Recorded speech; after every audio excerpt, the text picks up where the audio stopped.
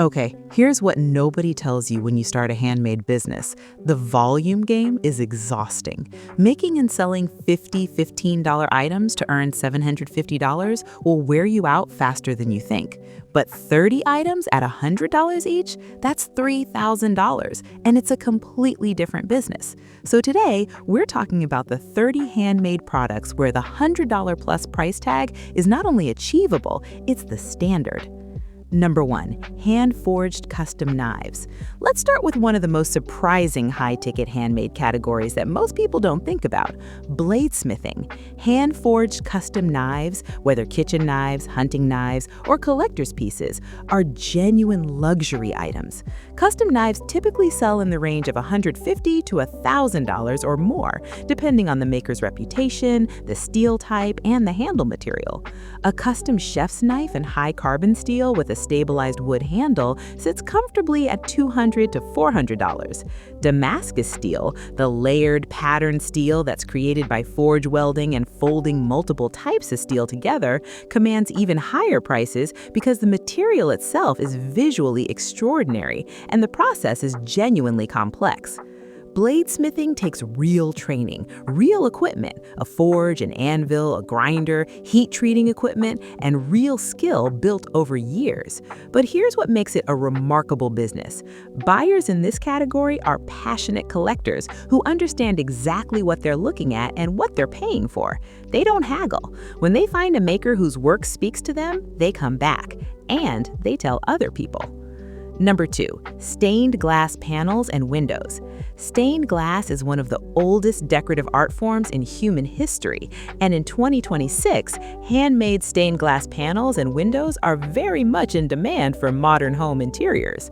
A thumbtack survey of glass artisans found pricing of $90 to $150 per square foot for simpler designs, and $150 to $250 per square foot for mid-complexity work, with intricate commissions running $250 and up per square foot. A modest 12-inch by 12-inch panel starts well above $100 for a skilled artisan. Larger statement panels and custom window inserts reach into the thousands. What makes stained glass a remarkable business niche is that it sits at the intersection of craft and architecture. Buyers are commissioning it for their homes, their businesses, their studios. There is no digital version of this. There is no factory version that achieves what a skilled glass artist achieves. The cutting, the leading, the soldering, the artistic composition, each panel is completely irreplicable. That's what a $100 plus price tag buys, something that exists once in the world. Number 3, hand-woven tapestries and wall art. Hand-woven tapestries made on a loom using wool, cotton, or mixed fibers are large-scale textile artworks that command serious prices in the home decor market. A wall tapestry in the 18 by 24-inch range, woven by a skilled maker, realistically sells for $120 to $300. Larger statement pieces, 36 inches and above, sell for $300 to $800 and up. The time investment is substantial, which is exactly why the price is substantial. A complex tapestry can take 20 to 40 hours of focused weaving time. The audience for hand-woven tapestries is not casual. These are buyers who understand textile art, who are decorating intentionally, who are often specifically seeking something with the texture, warmth, and visual complexity that a machine-made product simply cannot replicate. Instagram and Pinterest are where these pieces find their buyers. The visual medium works perfectly for showcasing the depth and detail of woven work. Number 4, encaustic paintings. Here's one that genuinely surprises people who haven't encountered it. Encaustic is an ancient technique. The word comes from the Greek meaning to burn in which pigmented beeswax is applied to a surface and then fused with heat. The results are luminous, layered, deeply textural paintings that are unlike anything produced by any other medium. No photograph fully captures an encaustic piece because the surface catches and holds light differently from every angle. Encaustic paintings sell for $150 to $600 for small to medium pieces, and significantly more for large commissioned work. The market is among interior designers, art collectors, and buyers who have seen this work in person at galleries or art fairs and been captivated by it. The learning curve is real, beeswax is flammable, and working with heat tools requires care in studio setup. But the resulting work is genuinely distinctive in a way that few other mediums achieve. There is no equivalent mass-produced alternative. That's the business case in one sentence. Number 5. Silversmithing, fabricated metal jewelry. There's a specific category of jewelry I want to talk about that sits well above the average handmade jewelry price point, and that is fabricated silversmithing, where the jewelry is not assembled from components, but actually constructed from raw metal sheet and wire, using techniques like sawing, filing, soldering, forming, and stone setting. This is a fundamentally different skill than stringing beads or wire wrapping purchase settings. It's closer to sculpture than to craft. A properly fabricated sterling silver ring with a hand-set semi-precious stone sells for $120 to $250. A complex pendant with detailed metalwork and a quality gemstone sells for $150 to $400. The buyers who seek out fabricated handmade jewelry aren't comparing your work to something from a fashion jewelry brand. They're comparing it to gallery pieces and fine jewelry. And when your work is genuinely fabricated with skill, it belongs in that conversation. Number 6. Hand-painted furniture. Search data recorded a 135% jump in searches for hand-painted furniture between 2024 and 2026. That is not a small number. This is one of the most dramatic growth curves in the handmade home decor space, and it makes complete sense. People are rejecting identical flat-pack furniture and looking for pieces that feel intentional, personal, and alive. A hand-painted cabinet, dresser, or chair with botanical murals, geometric pattern work, or folk art motifs is a statement piece that transforms a room. What are these pieces selling for? Depending on the size of the furniture and complexity of the painting, hand-painted furniture commissions run from $200 for a small painted stool to $800 to $2,000 for a large painted wardrobe or cabinet. The skill involved spans furniture preparation, surface treatment, paint application, and finishing. This is not a quick job, but the buyers who want it are prepared to pay accordingly. If you already have a painting practice, adding furniture as your canvas opens a completely different, much higher ticket market. Number 7. Lampwork glass beads. Lampworking, also called flame working, is the technique of melting glass rods over a gas torch and winding the molten glass onto metal mandrels to form individual beads. This technique dates back to the 1st century BC, and the artisan glass beads produced by contemporary lampworkers are treated as wearable art by serious jewelry collectors. A set of handmade lampwork focal beads by a skilled maker sells for $40 to $150, just the beads, not even finished jewelry. A completed lampwork necklace or bracelet incorporating the maker's beads easily crosses $120 to $300.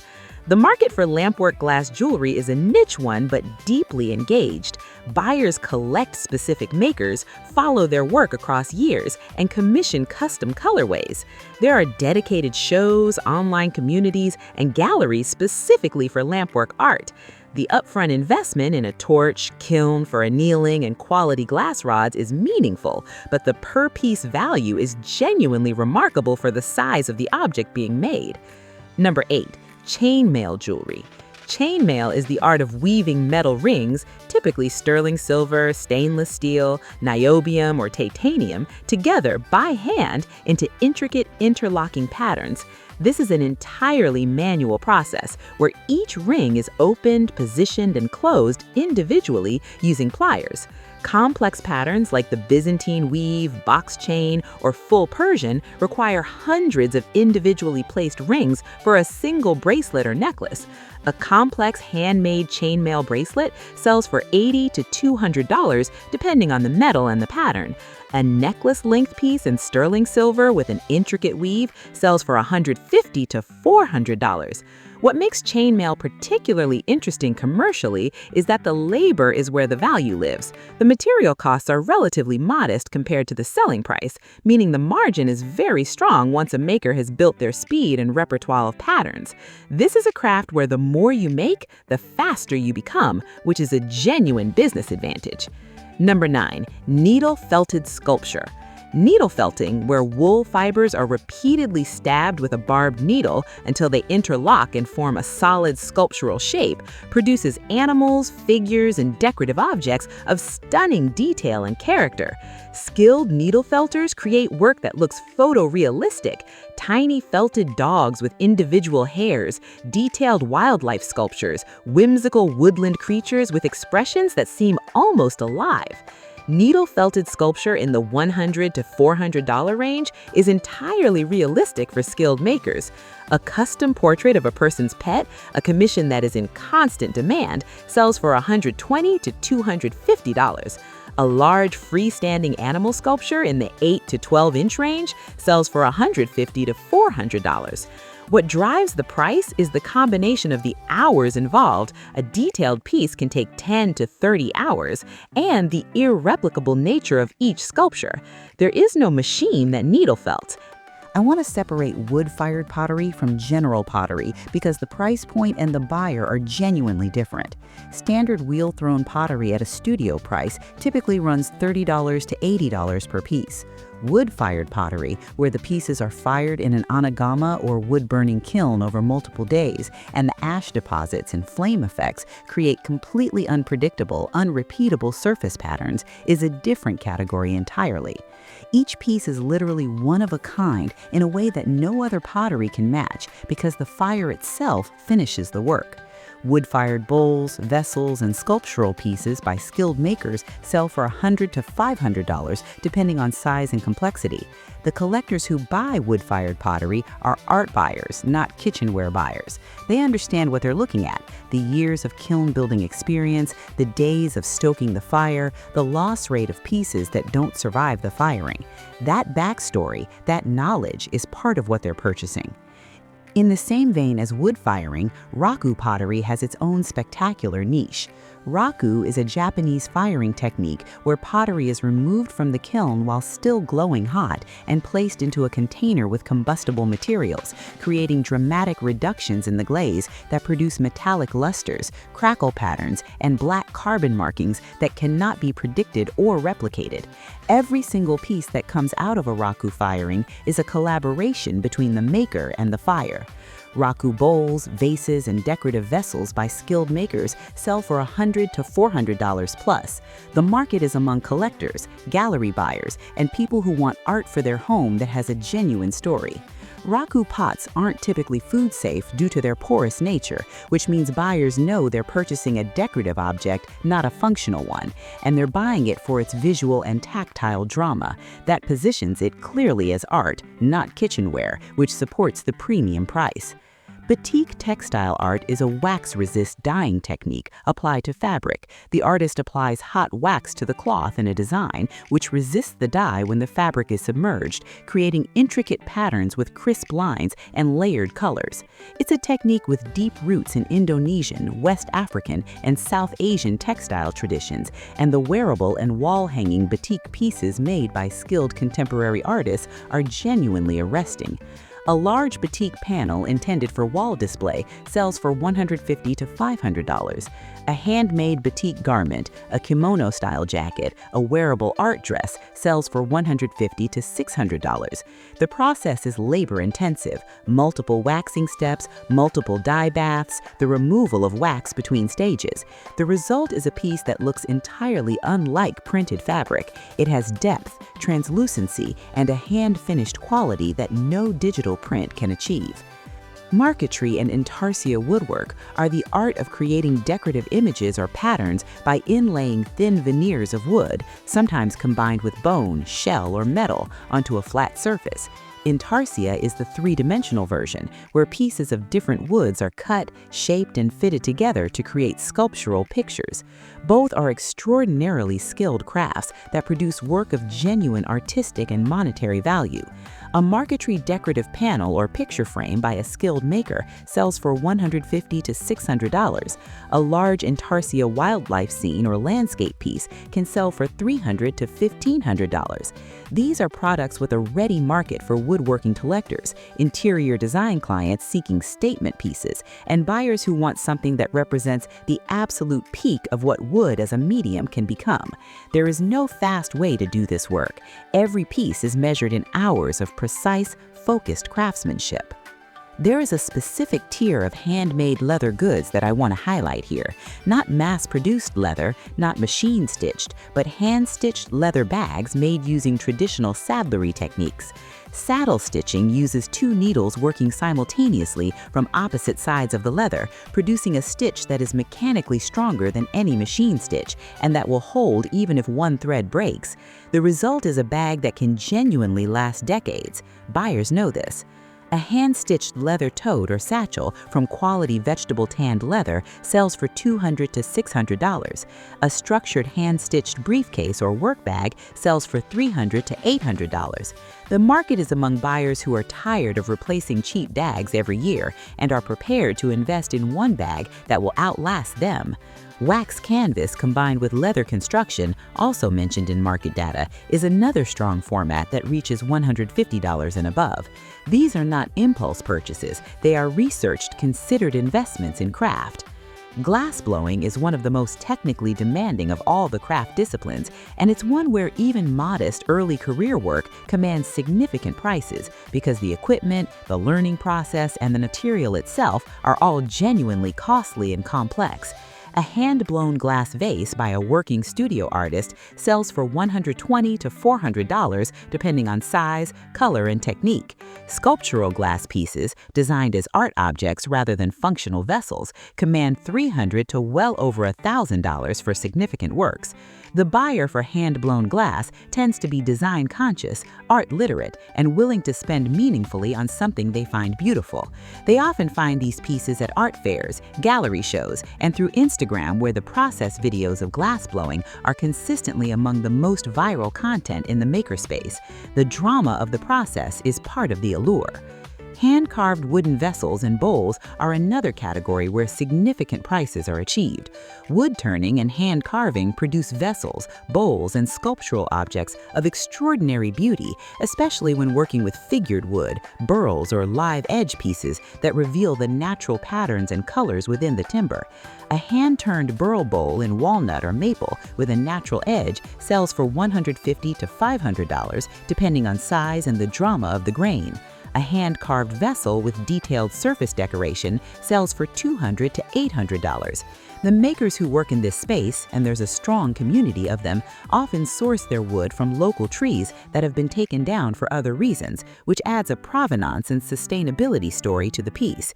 That story matters to buyers. They're not just buying a bowl, they're buying a piece of a specific tree from a specific place, interpreted by a specific maker. That combination of material, origin, and craft is a genuinely compelling purchase narrative. Large-scale tufted rugs are another category where prices exceed $100. A 2x3-foot custom tufted rug with a specific design, a pet portrait, a logo, a scene, sells for $200 to $500. A 3x5-foot statement rug with an original design sells for $400 to $1,000.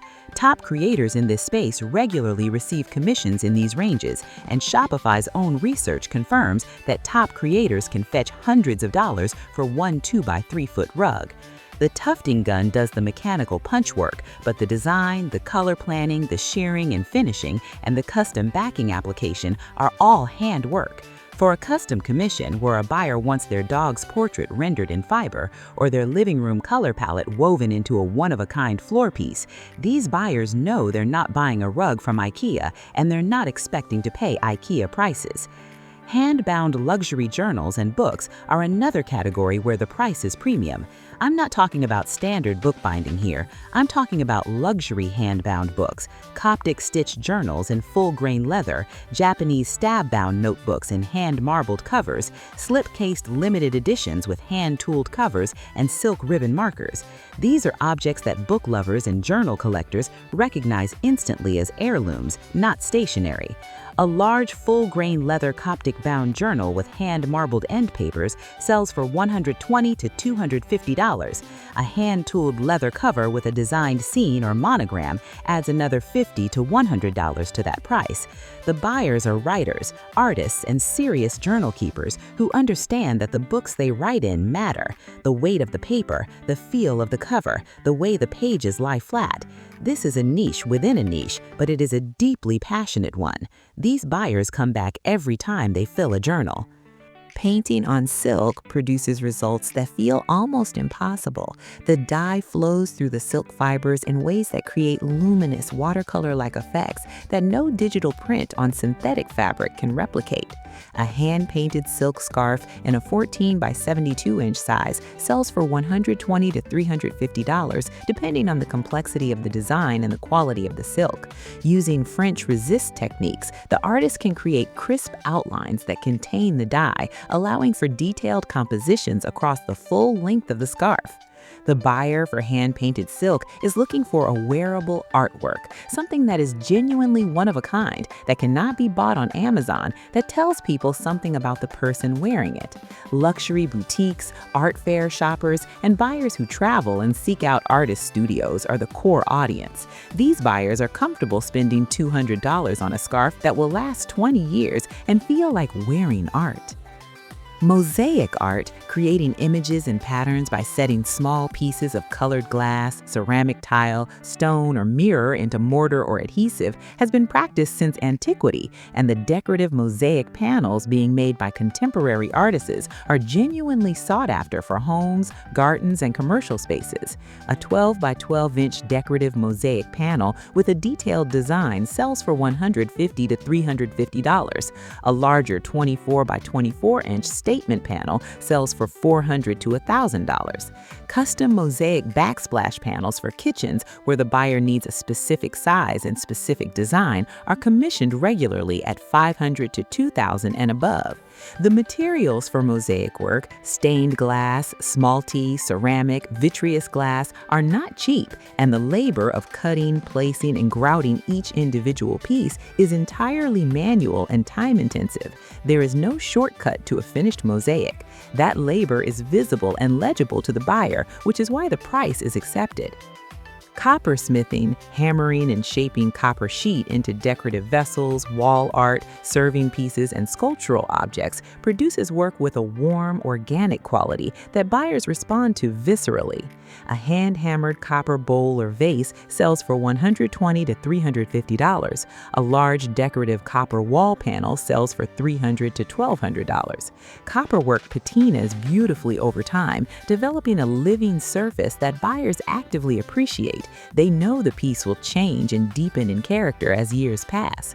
Unlike precious metal jewelry, where material costs are significant, copper itself is relatively affordable, which means the price of the finished piece is almost entirely a reflection of the maker's time and skill.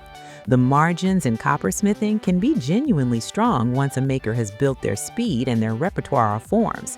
And there is a growing market for handmade metalwork in the interior design and boutique hospitality space, restaurants, hotels, and shops seeking custom decorative pieces. Hand-spun and hand-dyed yarn, this one lives at the intersection of functional craft and luxury material. Hand-spun yarn, where raw fiber is processed and spun into yarn by hand using a drop spindle or a spinning wheel, is a product that fiber artists and serious knitters and weavers actively seek out and pay premium prices for. A 100-gram skein of hand-spun single-breed wool from a heritage breed like Jacob or Shetland sells for $35 to $80. When combined with hand dyeing, where the yarn is dyed in small batches using fiber-reactive, acid, or natural dyes to create colorways that no commercial manufacturer produces, the price increases substantially. A 100-gram skein of hand-spun, hand-dyed luxury yarn in a complex, one-of-a-kind colorway sells for $60 to $150. Larger quantities for project use, what spinners call a sweater quantity, run $150 to $400 for a full set. The buyers are dedicated hand knitters, weavers, and fiber artists who understand that what they're buying is genuinely irreplicable. The color combination, the texture of the hand-spun, the specific fleece from a specific breed. The indie dyer community on Instagram and Ravelry is active, passionate, and spending. Hardanger embroidery and whitework, I want to spotlight a category of needlework that most people have never heard of, but that commands genuinely serious prices in the textile art market. Hardanger embroidery and pulled thread whitework are Norwegian and European embroidery traditions, where complex geometric patterns are created by withdrawing threads from the fabric weave and then wrapping and buttonhole stitching the remaining threads into intricate open-work designs. The result looks almost like lace, but it's created directly in the weave of the fabric. A framed Hardanger embroidery piece in a 10 by 10 inch format takes 20 to 40 plus hours to complete and sells for $150 to $400. A large decorative panel or table runner sells from $300 to $800. The audience is collectors of antique needlework, Scandinavian design enthusiasts, and people who understand exactly what they're looking at when they see a piece of Hardanger. This is a craft with a small but intensely devoted market and almost no competition from mass manufacturing because it cannot be machine replicated.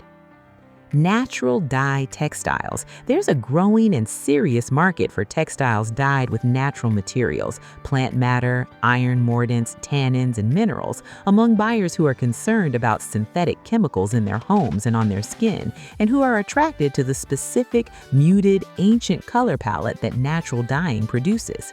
Hand-woven or hand-stitched linen or wool items dyed with indigo, madder, weld, woad, or black walnut have a visual quality that cannot be achieved with synthetic dyes, subtle, complex, alive in a way that synthetic color is not. A set of naturally dyed linen napkins in a matched set of 4 sells for $100 to $200. A naturally dyed wool throw or blanket sells for $200 to $500. A naturally dyed hand-stitched garment sells for $150 to $600. The story of natural dyeing, what plant produced the color, how the mordant affects the hue, how the color will shift gently over time with washing, is part of the product itself. Buyers in this market are sustainability conscious, design literate, and specifically seeking this aesthetic. Painting on porcelain with overglazed enamels, painting designs onto the fired glazed surface of a ceramic piece, and then refiring at lower temperatures to fuse the paint into the glaze, produces decorative tableware and art pieces with a brilliance and permanence that no decal or print achieves. A hand-painted porcelain set of 4 dinner plates sells for $200 to $600. A hand-painted decorative vase sells for $150 to $500. A commissioned set of 6 mugs with a custom floral or botanical design sells for $180 to $400. The buyers for hand-painted porcelain are people who entertain, who set beautiful tables, who think of their home as a reflection of their taste and values. These are not casual buyers. They research their purchases, they follow specific artists, and they return for additional pieces to build a collection. The food safe certification of the paints used matters and should be part of your product description. Buyers in this category want to know that what they're eating from is safe. Custom illustrated map art, where an artist hand draws or hand paints a detailed map of a specific location meaningful to the buyer, the city where they met their partner, the neighborhood they grew up in, the coastline where they were married, are a premium commission product with strong, consistent demand. A custom illustrated 11 by 14 inch map sells for $150 to $350. A large 18 by 24 inch hand-painted map commission sells for $300 to $700. The personalization is everything here. A generic map print is a $20 purchase. A hand-illustrated map of the exact neighborhood where someone fell in love is a $400 purchase, no hesitation. The illustration skills required are real. Perspective, cartographic accuracy, lettering, and composition all matter, but the buyer demographic is extremely broad. Couples, parents, people in new homes, people approaching significant anniversaries. Every one of those occasions is a gifting moment. The market is essentially limitless. Artisan chess sets, a handmade chess set, whether the pieces are hand carved from wood, hand thrown in ceramics, hand cast in pewter or resin, or sculpted in polymer clay, is a product that sits squarely in the $100 to $500 plus range and often much higher.